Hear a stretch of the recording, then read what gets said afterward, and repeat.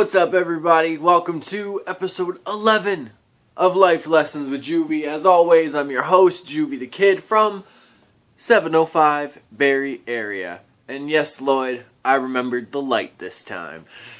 What's going on, everybody? In case you haven't done it already, subscribe to the channel, share the videos, go check all the past episodes, poetry pieces. There's tons of shit. More on the way, people. We're going to grow together. If you want to submit topics, hashtag LifeLessonsWithJuvy, hashtag Church of Juvy, at JuvyThaKid, JuvyThaKid. I know it's in my intro, but I'm saying it all the time. Want to get that dope-ass hat? Hit up failedyouthclothing.com. Want some dope-ass shirts and work with some dope-ass people? Failed Youth Clothing, and, bow! See these dope-ass shoes? Mr. Eyes. Mr_EYS and EYS_clothing. Both on Instagram. Hit them up. Wow. Getting into it now. Had to get those out of the way quick. Boba_chop. How to cope knowing your life is in the hands of a jury, but being innocent. Oh, I fucked your question up. How to cope with knowing your life is in the hands of a jury, being innocent, but having your voice muted. Bam! I got it. Okay.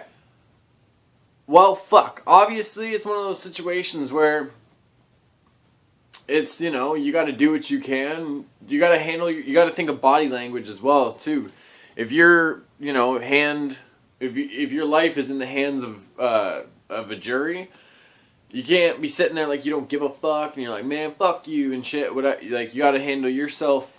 It's gonna suck on the inside, but if you're innocent and, you show that, like, body language wise, like, whatever happened, you are, regretful for or whatever have you, like, the jury will pick up on stuff like that too. That fucking sucks. Like, the whole... I hate courtrooms and judges, all that bullshit. Honestly, I hate juries too, because, like, the whole having your voice muted, it's like, who says that the 12 of you are okay to decide if I have my fucking freedom? Whether it was a situation I had to do what I had to do to get out of it or not, whatever. Like, who the fuck are any of you to decide my freedom? And the judge, he's just sitting behind, like, who is he? He probably goes home every night, has a couple drinks, whatever. Like, he probably has some dirty secrets too. And he's deciding if I'm a good person in society. Go fuck yourselves. Like, you're not, like, it sucks because you can't say any of this in the courtroom too. Like, or else the jury will be like, oh, well, fuck, he's a psycho. But, how to cope with it is you just gotta understand, like, trust in the evidence, handle yourself accordingly and everything in the courtroom, and just keep thinking positive. You know what I mean? Just keep reaching out to people who, have your best interests at heart. And I don't mean lawyers and shit, but, like, you know what I mean. But yeah, how to cope with it is just keep staying positive. Surround yourself with everyone who's got your best interests at heart. In the courtroom, handle yourself maturely. Body language is a big thing. Don't look like you just don't give a fuck. You know what I mean? But, yeah, you gotta stay positive. Either way, fuck what the jury says. Sith-faced Jedi. Such a dope name. Such a dope name. Okay, so 3 questions. What's a fleshlight? We'll start with that. A fleshlight, much like ladies out there have, you could say, masturbatory aids. That's pretty much what it is, but for guys. It's like someone took, like, one of those big, like, orange kind of round flashlights, hollowed the bitch out, and kind of made a fake vagina and everything for it. So guys could use that while they're jerking it or whatever, and, not much of a mess. It's not just spraying everywhere. Take it to the washroom or whatever, rinse it out, whatever, clean it.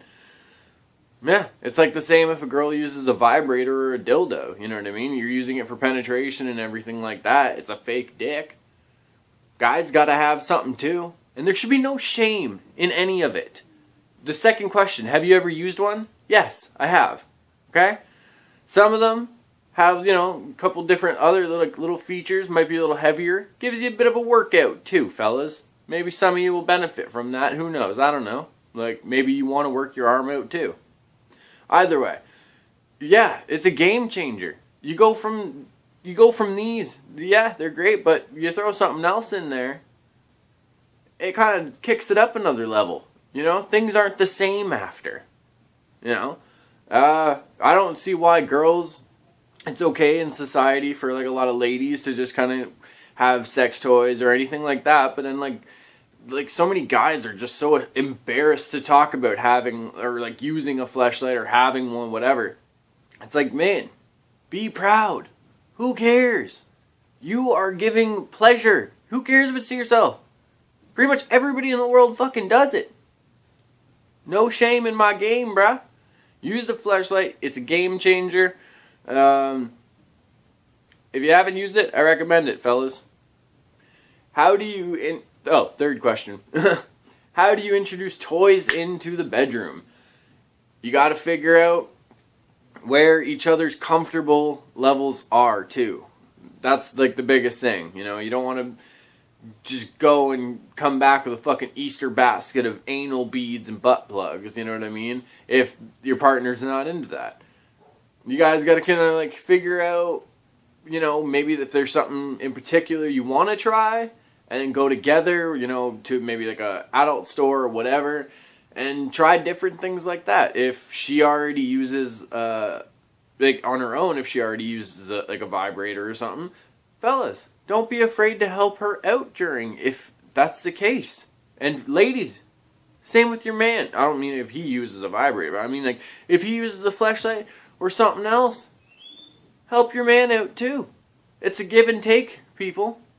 But yeah, you got to figure out where each other's comfortable levels are. Maybe if there's something specific you guys like really do, like are trying to experience, you know, you can kind of look for something in that category.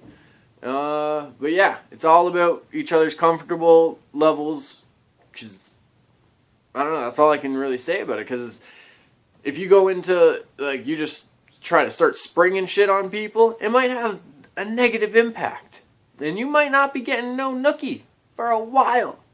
So, figure out your levels. Figure out maybe there's something in particular. Try it. Do some dirty talk. That's a good way to figure it out. Whether it's through texting or on the phone or just even in the bedroom. Whatever. Do some dirty talk and get some ideas like that. And then maybe be like, oh, well, is that something you'd want to try or whatever? Like later, you know what I mean? Like, yeah. It's all about give and take, people. You got to open your minds. Change the games once in a while. Add some spices to the dish. We went from talking about coping with your fate in jury's hands to fleshlights and sex toys. This has been Life Lessons with Juvy, and I wouldn't have it any other way.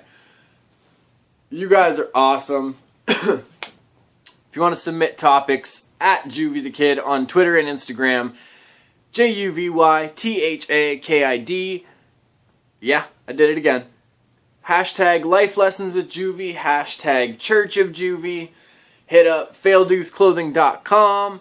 Eyes Clothing. Eyes _ Clothing. EYS_CLOTHING.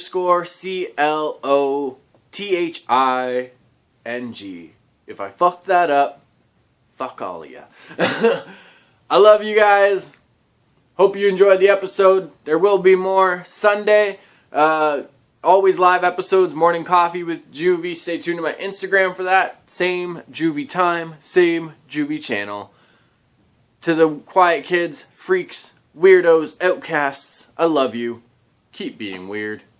That was a dragged on fucking goodbye.